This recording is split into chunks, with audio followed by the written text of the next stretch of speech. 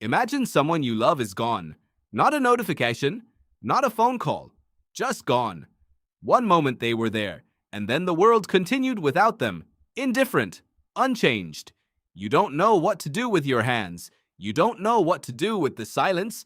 You feel something enormous and shapeless moving through you, and you have no word for it yet. That feeling is older than language. It is older than cities, older than farming, older than fire that was kept in a bowl. And the story of what your ancestors did with that feeling, that is far stranger and far more human than you have ever been told. For most of recorded history, we assumed that ritual burial was a relatively recent invention, something that came along with civilization, a sign of sophisticated culture, a marker of what separated early modern humans from the creatures that came before them. But then the evidence started arriving, and it did not fit that story at all. In 2015, a team led by paleoanthropologist Lee Berger announced a discovery deep inside a cave system in South Africa called Rising Star. They had found the remains of a previously unknown human relative, Homo naledi, and the bones were not scattered randomly. They were placed, deliberately, in a remote chamber that required a crawl through a passage barely wide enough for a human body. These were not modern humans. Their brains were roughly 1/3 the size of yours. And yet something had moved their dead to a place that took effort to reach.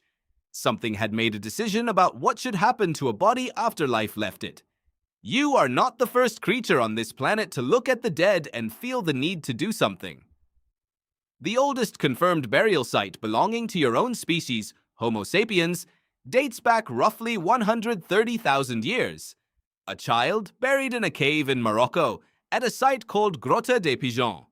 The bones suggest the body was placed with care, the knees drawn toward the chest, the position deliberate. Archaeologist Isabelle Crèvecoeur, who studied the site extensively, described the burial as intentional and purposeful, evidence that the people who placed this child in the earth were not simply disposing of a body. They were doing something else entirely, something that required thought. What were they thinking? You cannot know for certain. No one can. But the physical evidence tells you something. It tells you they came back. They planned. They chose a location. They arranged the body. And in doing so, they crossed a threshold that almost nothing else in the natural world ever crosses. They treated the dead as if the dead still mattered.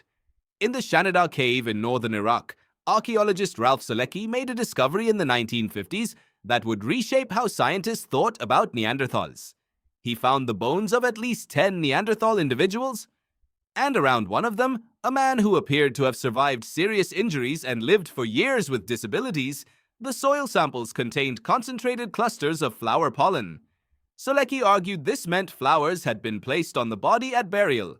The interpretation has been debated ever since.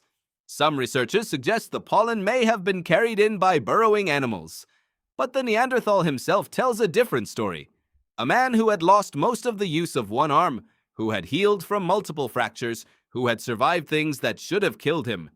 He survived because other Neanderthals took care of him. For years. Which means that your closest evolutionary relatives understood, at some level, that a life had value beyond its usefulness. And when that life ended, something in them needed to respond. This is not a modern instinct. This is not something culture invented. Grief, or something close to grief, may be among the oldest experiences your lineage has ever had.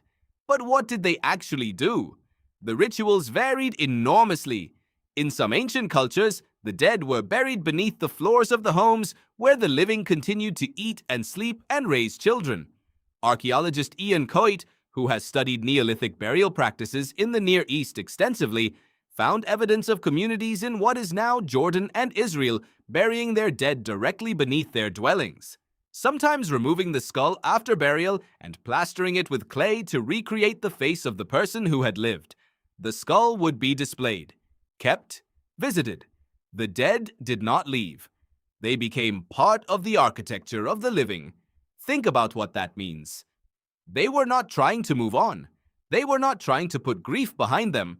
They were building grief into the walls, into the ground beneath their feet.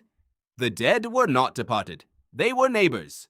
In other cultures, the opposite was true. The body was carried away. taken far from the settlement and placed in the earth with tools, food, ochre, shells, things that suggested the journey was not over. That wherever the Hanei